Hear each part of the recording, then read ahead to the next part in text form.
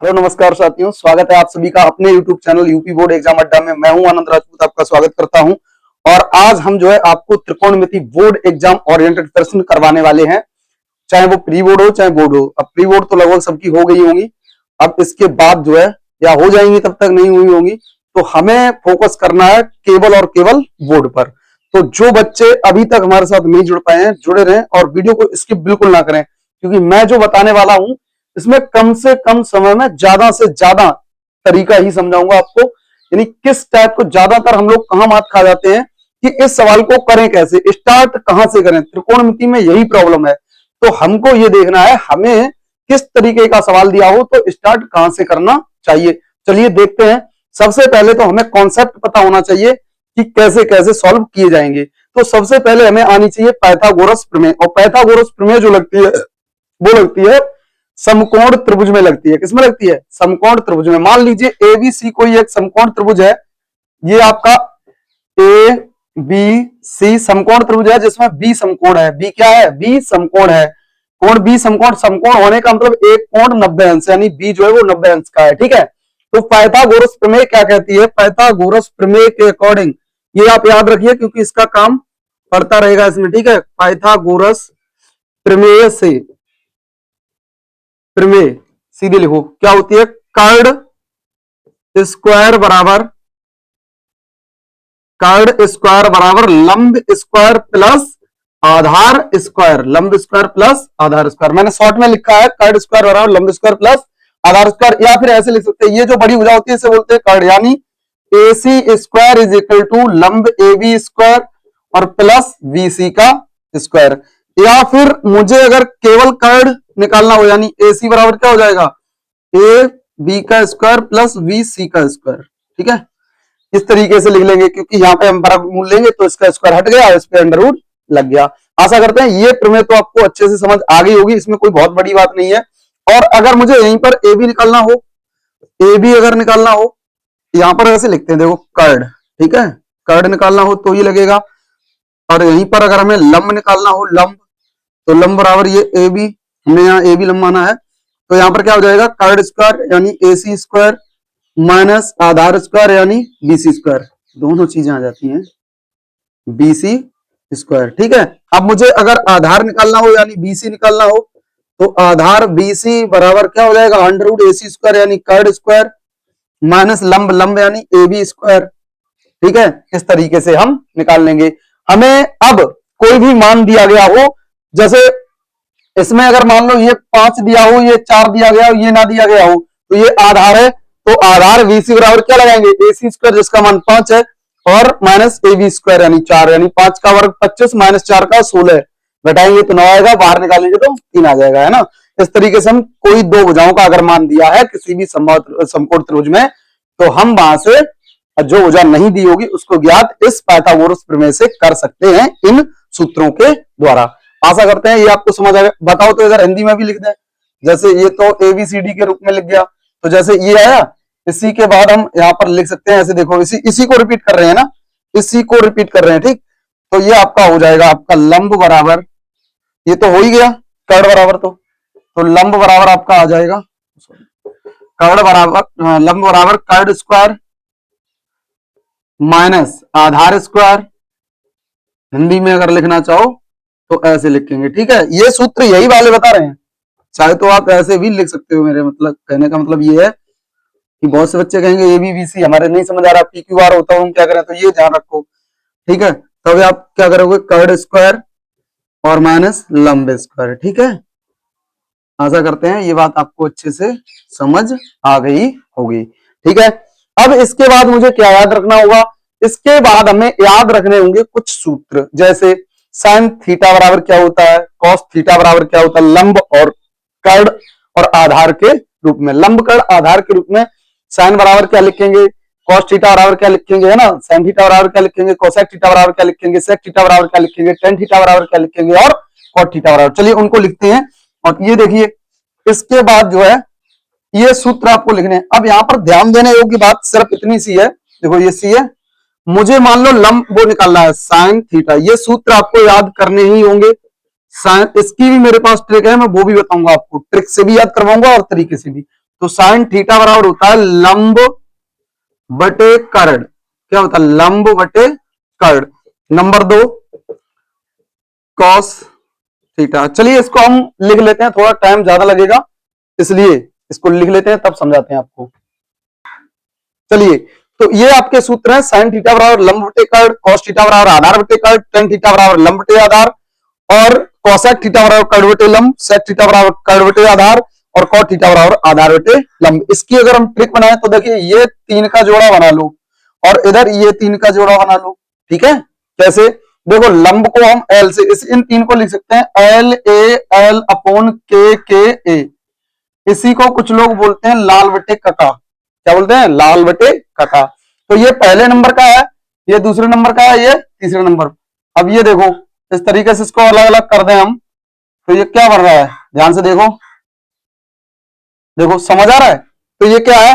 पहले नंबर पे कौन है? Sine theta. साइन थीटा मतलब एल अपॉन के, एल अपॉन के का मतलब लंब बटे कर्ण। दूसरे नंबर पे कौन है? Cos theta. तो दूसरे नंबर पे क्या है? ए अपॉन के मतलब आधार बटे कर्ण। ठीक है, तीसरे नंबर पे कौन है? Tan theta. तीसरे नंबर टेन थीटा है, तो टेन थीटा बराबर क्या हो जाएगा? एल अपॉन ए मतलब लंब बटे आधार। समझ आया ना? इसको हम क्या लिख सकते हैं? इसी को जस्ट उल्टा कर दो, के ए अपॉन एल ए एल, यानी कका बटे लाल, कका बटे लाल। तो यहां से इसका भी हो जाएगा कोसेक थीटा। चौथे नंबर का है ये 4, ये 5 और ये 6। तो इसका के बटे एल का मतलब कर्ण बटे लंब। तो ये एक याद करने की ट्रिक है, बाकी कुछ नहीं है। आप अगर डायरेक्ट याद कर सकते हो तो इसको याद करने की कोई जरूरत नहीं है, और बाकी इससे अगर आपको समझ आता है तो इससे आप कर सकते हो। चौथे नंबर कोसेक थीटा है, तो कोसेक थीटा बराबर के अपॉन एल आ रहा है, मतलब कर्ण बटे लंब। सेक थीटा बराबर क्या है?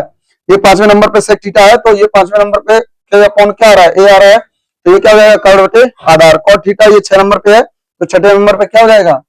ये देखिए, ए अपॉन एल मतलब आधार बटे लंब।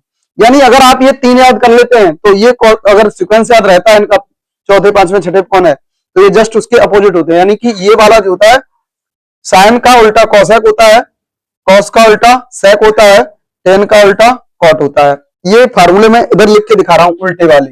देखो, पहला उल्टे वाले में क्या है?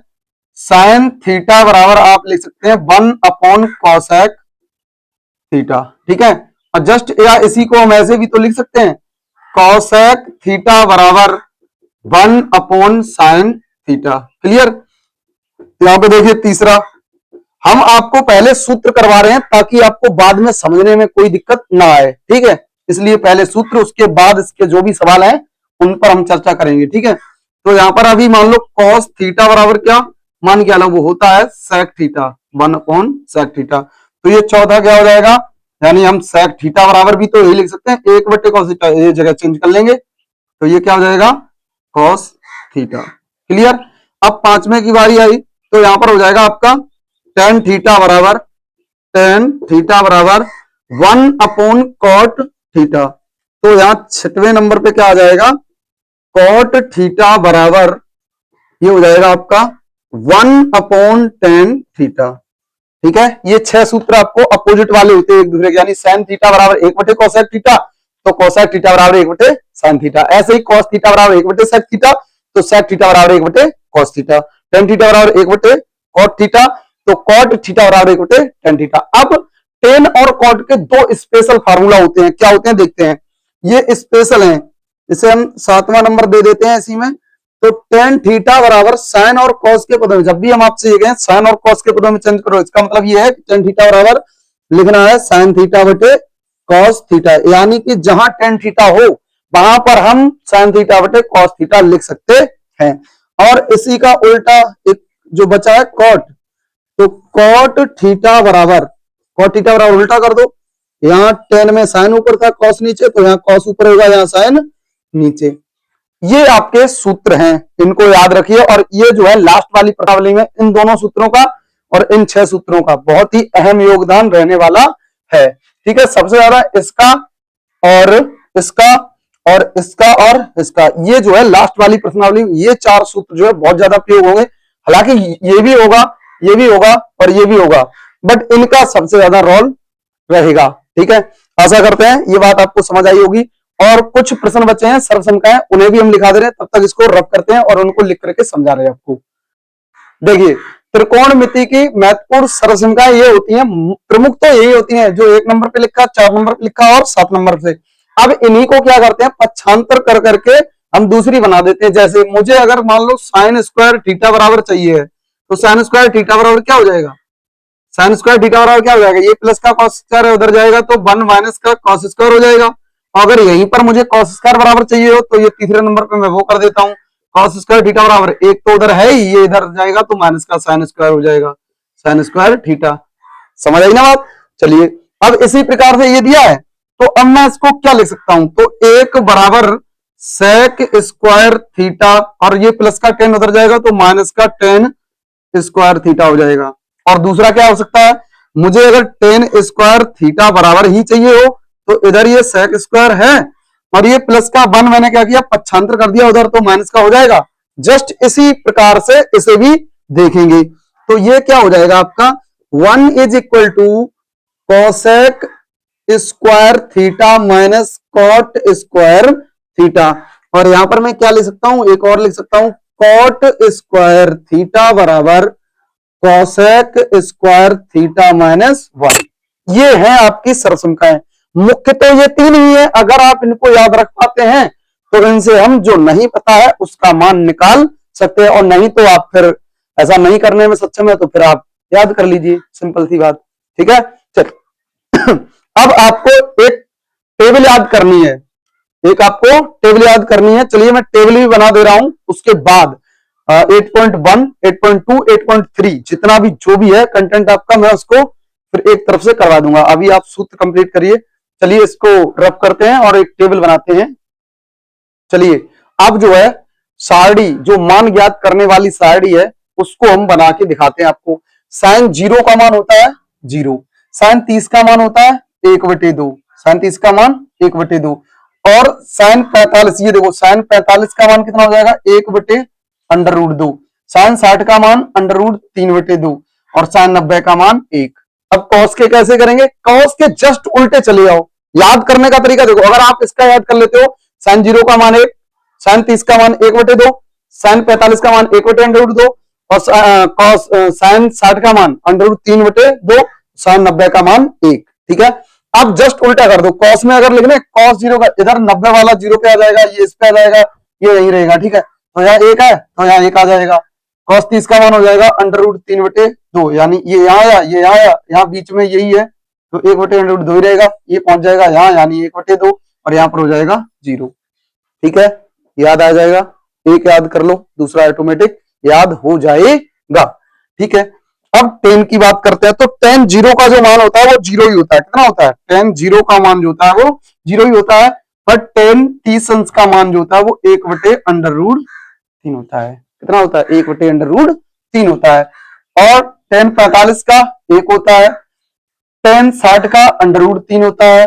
अब टेन 90 का जो मान होता है ना, टेन 90 का जो मान होता है वो अनंत होता है, अपरिभाषित। ये जो चिन्ह है इसी को हम बोलते हैं इन्फिनिट, इंग्लिश में, हिंदी में अपरिभाषित या अनंत, लेटे हुए अर्थ जैसे जो बने हुए हैं। ठीक है, अब यहीं पर अगर हम बात करें कॉट की, यहां पर मैं ये टेन का उल्टा था ना, ये कहां गया, चलो छोड़ो उल्टे सीधे वाले बाद में यहीं से देखते हैं। तो यहाँ पर आप कॉसेक, कॉसेक पर जाएंगे तो ये इसका अपोजिट था 3, आपको ये एक याद है, तो दूसरा वाला ऐसे हो जाएगा, इसके जस्ट से अपोजिट से ये भी बन जाएगा, लेकिन कोई बात नहीं, अभी ये है इसका नंबर तो इसी को करवा रहे हैं। तो यहाँ कॉसेक का जो मान हम करेंगे तो यहाँ पर ये क्या हो जाएगा, इसका अपोजिट साइन, आपने देखा था कॉसेक थीटा बराबर जो आया था 1/sin थीटा। अब मुझे साइन का तो मान पता है, तो 1/sin 0, और साइन 0 का मान 0, यानी 0 का किसी संख्या में भाग अगर हम देते हैं तो क्या आता है, अनंत आता है। क्या आता है, अनंत, तो ये अनंत हो जाएगा। अब ये 1 के बटे में, तो ये 2 कहां चला जाएगा, ऊपर। जो बटे में नहीं है उनको कर दो, ये इसमें बता रहे हैं इसके अकॉर्डिंग, तो यहाँ √2 हो जाएगा, यहाँ पर आपका 2/√3 हो जाएगा, एक का उल्टा एक ही हो जाएगा। क्लियर, क्लियर, बात समझ आ गई। अब बात करते हैं सेक के लिए, तो सेक का जो होता है वो जस्ट इसका अपोजिट, जैसे साइन का कॉस के साथ चला गया था वैसे ही कॉसेक का सेक के लिए होता है। ठीक है, तो यहाँ 1 है तो यहाँ 1 हो जाएगा, यहाँ 2/√3 है तो ये भी 2/√3, ये √2 हो जाएगा, ये 2 हो जाएगा, और ये आपका अनंत हो जाएगा। ठीक है, समझ आया क्या, साइन के इधर से चलेंगे तो कॉस वाले मिल जाएंगे, टेन का मैंने याद कर लिया, टेन से ये टेन से है ना, इसका निकाल लेंगे, ठीक है। लेकिन हमने यहाँ पर पहले चूंकि इसका नाम लिख रखा है तो हमने उसको ही पहले करके दिखाया। अब कॉसेक वाले से हम सेक वाले निकाल देंगे। अब जस्ट अपोजिट टेन वाले से ये कॉट वाला आ जाएगा। टेन वाले यहाँ अनंत है तो यहाँ अनंत हो जाएगा, यहाँ √3 है तो यहाँ √3 हो जाएगा, यहाँ एक ही रहेगा, यहाँ पर 1/√3 तो यहाँ 1/√3, यहाँ पर 0 तो यहाँ पर हो जाएगा 0। अरे भाई, इस तरीके से आप टेबल याद कर सकते हैं बहुत आसान तरीका से, ठीक है। इनकी जरूरत पड़ेगी, एक सवाल आपका मान वाला जरूर पूछा जाएगा, तो इसलिए आप इसको जरूर याद रखें। फिर आते हैं सिद्ध वाले क्वेश्चन। अब जो है आपको इन चीजों के अतिरिक्त और कुछ भी याद करने की जरूरत नहीं है। अगर आपने इतना याद कर लिया तो मैं गारंटी देता हूं आपका त्रिकोणमिति में कोई भी क्वेश्चन छूटने वाला नहीं है। चलते हैं इसको रफ करते हैं और प्रैक्टिस करते हैं क्वेश्चंस की। चलिए अब प्रैक्टिस करते हैं। पहली प्रश्नावली वहां से एक पहला प्रश्न लिया है हमने कि त्रिभुज एबीसी में कोण बी समकोण है और AB बराबर 24 दिया है, BC बराबर 7 सेंटीमीटर दिया है, तो निम्नलिखित के मान ज्ञात करने हैं। एक तो पहला सवाल है साइन ए और कॉस ए का, यानी साइन ए का मान ज्ञात करना है और कॉस ए का। दूसरा है आपका साइन सी और कॉस सी। मैंने दोनों इसलिए लिए ताकि आपको कब किसको आधार मानना है और कब किसको लंब मानना है, ये इसमें कंफ्यूज बहुत ज्यादा बच्चे होते हैं। चलिए उसको समझते हैं पहले। तो पहले तो त्रिभुज एबीसी बनाइए, तो मैं यहां पर बना रहा हूं, ठीक है। ये है मेरा त्रिभुज एबीसी। मैं ए नाम यहां दे सकता हूं, यहां दे सकता हूं, बी यहीं देना पड़ेगा। क्यों? जो समकोण होगा चित्र आप ऐसे ही बनाइए, बट जिसका नाम समकोण में आ जाए उसे आप यहां पर रखिए, ठीक है। अब पी क्यू आर होता तो क्यू यहां पर रखते, पी यहां लिख सकते थे, क्यू यहां लिख सकते थे, नहीं क्यू यहां रहेगा, लेकिन एबीसी है तो फिलहाल एबीसी। तो हम ए यहां भी रख सकते हैं तो सी आ जाएगा और बी यही रहेगा, ठीक है। जो समकोण होगा वो इसी जगह रहेगा, चित्र सब ऐसे ही बनाना, बट जो समकोण हो उसे यहां रखना। बाकी दो को, एक को यहां रखोगे दूसरा यहां जाएगा, दूसरे को यहां रखोगे तो पहला वहां पहुंच जाएगा, ठीक है। अब इसी के अकॉर्डिंग मैं कर लेता हूं। ए बी बराबर मेरा 24 है तो ये मेरा हो गया 24 सेंटीमीटर, ये ठीक है। बीसी बराबर 7 है तो मेरा ये हो गया 7 सेंटीमीटर। अब बहुत से बच्चों के दिमाग में आ रहा होगा सर जी ये तो सर आपने इतना, ये 24 हो गया ये 7, अरे भाई नाप कर नहीं बना रहे हैं, बस आप समझो ये इतना है, इस पे फोकस करो, ठीक है। हाँ तो देखिए अब मेरे पास क्या नहीं है, पहले तो ये देखो ना, सबसे बड़ी भुजा जो होती है क्या होती है? कर्ण होती है। क्या होती है? कर्ण। तो मेरे पास एक लंब है एक आधार है, ठीक है। तो मैं क्या करता हूं, सबसे पहले कर्ण निकाल लेता हूं पाइथागोरस प्रमेय से। तो मैं क्या करूंगा, ये त्रिभुज, इधर भी मैं ये काम कर सकता हूं, इधर भी कर सकता हूं, कहीं भी कर लो, जगह जहां भी मिले आपको वहां कर लो, ठीक है। पाइथागोरस प्रमेय से क्या हो जाएगा, कर्ण स्क्वायर बराबर, या कर्ण बराबर सीधा लगाओ लंब स्क्वायर प्लस आधार स्क्वायर। तो भैया लंब कितना है? 24, ऊंची वाली भुजा को लंब बोलते हैं ना, और ये आधार 7 है। तो इसका वर्ग करेंगे, 24 का वर्ग 576, 7 7 49, जोड़ेंगे तो कितना आ जाएगा? 625। कितना आया? 625। यानी ये जो चल रहा है वो कर्ण बराबर चल रहा है, किसके बराबर चल रहा है? कर्ण बराबर, ठीक है। तो यहाँ पर फाइनली कर्ण बराबर, ये 625 जो होता है वो किसका वर्ग होता है? 25 का वर्ग होता है। तो कर्ण आपका कितना आ गया? 25 सेंटीमीटर। अब हम आपका पहला प्रश्न लेते हैं।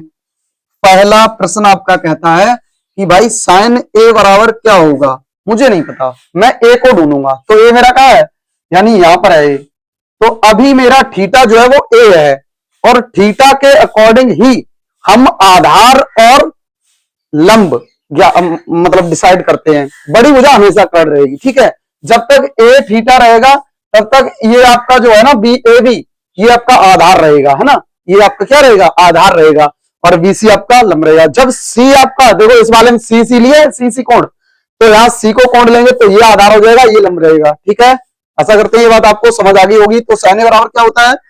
अरे भाई साहब, अब ए सर आपने तो बताया था कि साइन थीटा बराबर लंब टेकड़ होता है, ए तो बताया नहीं था। तो भैया थीटा हो, ए हो, बी हो, सी हो, डी हो, एक्स वाई जेड कुछ भी हो थीटा के रूप में, तो आपको सूत्र वही लगाना है, क्या? लंब बटे कर्ण। क्या लगाना है? लंब बटे कर्ण। तो लंब मेरा कितना है इसके अकॉर्डिंग? ए के अकॉर्डिंग ये तो आधार हो गया, तो यही तो लंब हुआ ना। ये 7 लंब है, तो ये 7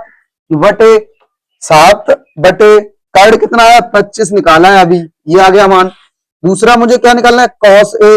तो कौस ए बराबर क्या होता है, जस्ट ऐसे आधार बटे क्या, कर्ण, आधार बटे कर्ण। तो आधार कितना है मेरा 24, एक अकॉर्डिंग आधार 24 ही है, और कर्ण कितना है 25। ठीक है, पहले सवाल का आंसर आ चुका है।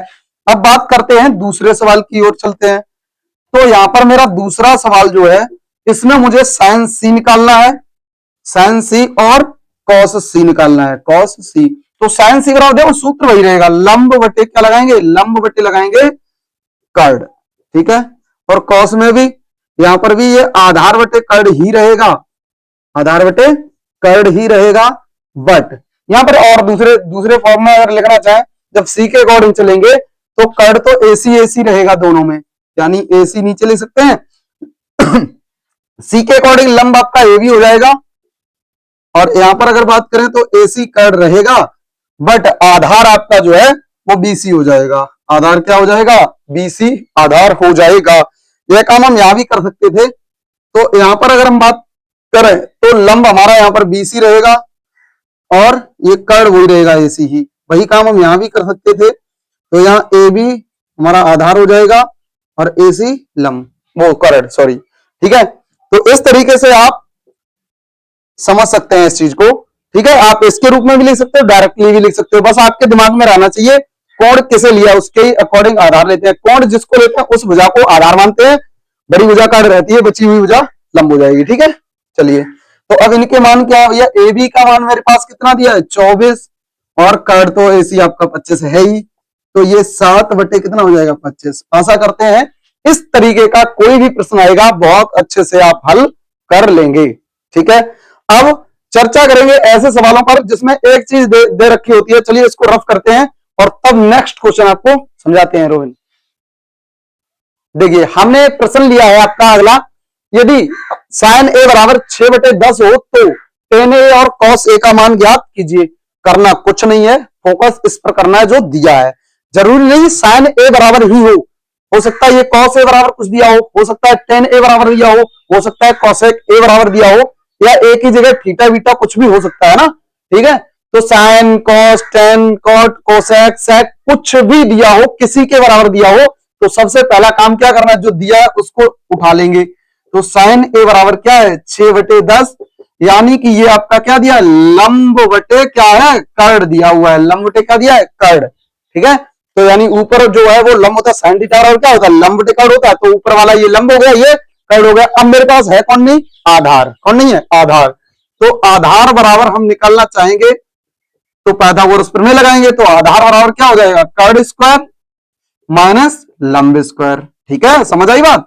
ये जरूरी नहीं साइन ए बराबर ही हो, बताया ना अभी, टेन ए बराबर हो सकता है, कॉस ए बराबर हो सकता है, सेक ए बराबर हो सकता है, कॉसेक कॉट किसी के बराबर हो, तो आप ऐसे ही लिखेंगे, जो जो दिए हैं उनको छोड़ देंगे, उनकी सहायता से जो नहीं दिया है हम उसको पाइथागोरस प्रमेय की सहायता से निकालेंगे। ठीक है, निकाल लीजिए। तो यहाँ 10 का वर्ग माइनस 6 का वर्ग, तो ये आपका हो जाएगा 100, 10 का वर्ग माइनस 36, घटाएंगे तो 64 आएगा, और बाहर निकालेंगे तो 8 आ जाएगा। यानी मेरा आधार जो आया है वो कितना आया है 8 सेंटीमीटर। ठीक है, और सेंटीमीटर ना भी मानो कोई दिक्कत नहीं है, हो सकता है मात्रक में आएगा जो भी आएगा। ठीक है ना, क्यों यहाँ तो रेशियो है, यहाँ रेशियो है तो यहाँ पर भी हम ऐसे ही 8 ही लिखते हैं। ठीक है, मात्रक या यूनिट लिख सकते हैं। अब प्रश्न क्या दिया है टेन ए बराबर, तो भाई टेन ए बराबर क्या होगा, यहां देखो टेन ए बराबर क्या होगा लंब बटे आधार, लंब बटे आधार। तो लंब मेरा कितना है, लंब मेरा दिया हुआ है 6 बटे आधार कितना है 8। तो आप इतना लिखा रहने दे, या फिर अगर इतना ना मिले, हो सकता भाई ऑब्जेक्टिव में हो तो कट पिट सकता है, कोई बात नहीं, वहां पर हम काट भी सकते हैं, यानी इसे ऐसे भी ले सकते हैं 2 3 6 2 चौक 8 यानी 3/4। ठीक है, ऐसा भी लिखा जा सकता है, डोंट माइंड। अब ऊपर देखिए कॉस ए बराबर भी तो पूछ रहा है, तो ये क्या हो जाएगा आधार बटे कर्ण, आधार बटे कर्ण। ठीक है, आधार बटे कर्ण, तो आधार मेरा 8 है, कर्ण मेरा 10 है, 2 से काटेंगे 2 चौक 8 2 पंजे 10, तो ये आपका 4/5 आ जाएगा।